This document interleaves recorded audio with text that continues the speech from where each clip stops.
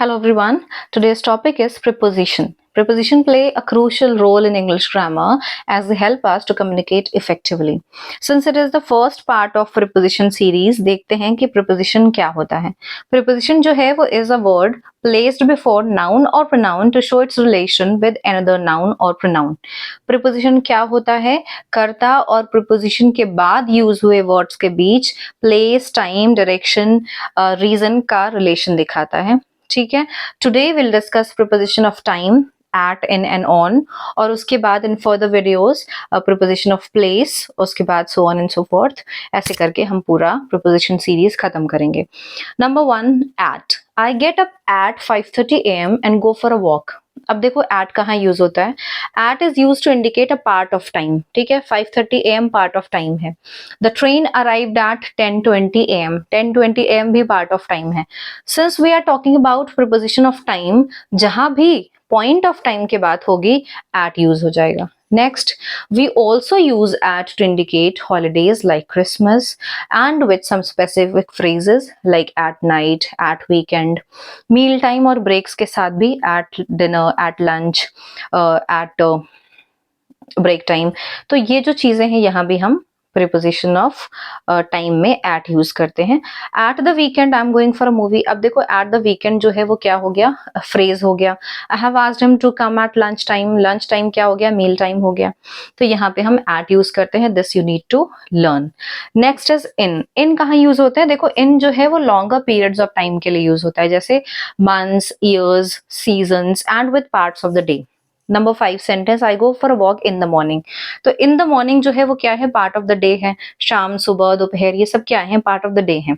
तो जहां भी पार्ट ऑफ द डे की बात हो रही वहां प्रीपोजिशन इन आ गया. In winter I usually don't go for a walk. Winter क्या है, सीजन है. द स्कूल्स आर ऑफ इन जून. जून क्या है, मंथ है. जहां भी मंथ, सीजन, ईयर्स और पार्ट ऑफ द डे आएंगे वहां हम प्रीपोजिशन इन यूज करेंगे. Also, in is used with years, centuries and decades. For instance, in 20th century, in 21st century. Next, time phrases के साथ भी इन यूज करते हैं, जैसे in the future, in the next few days, in the coming days. यहाँ भी हम in use करेंगे. ठीक है, इसको लर्न कर लो. Next, on. ऑन जो है वेरी सिंपल, डेज और डेट्स के साथ ऑन यूज करेंगे. We played cricket on Sunday. Sunday क्या है, डे है. It's my birthday on 10th July. 10 July क्या है, डेट है. तो जहां भी डेज और डेट्स की बात हो रही है वहां ऑन आ जाएगा. ठीक है. In and on are not used before today, yesterday, tomorrow, the day after और नेक्स्ट. इनके पहले हम इन एंड ऑन का यूज नहीं करते हैं. जैसे हम ये नहीं कहेंगे he was absent in yesterday, he was absent on yesterday. इनके पहले हम इन एंड ऑन का यूज नहीं करते हैं. ठीक है. Next, make sure you are in time for the assembly. अब हम लोग मीनिंग देख लेते हैं इन टाइम और ऑन टाइम कैसे और कहाँ यूज होता है. इन टाइम का मतलब होता है, in time means not let, before the appointed time. मतलब जो समय आपको दिया गया है, सपोज 7 AM, तो आप उससे पहले पहुंच जाएंगे बट उसके बाद नहीं. ठीक है.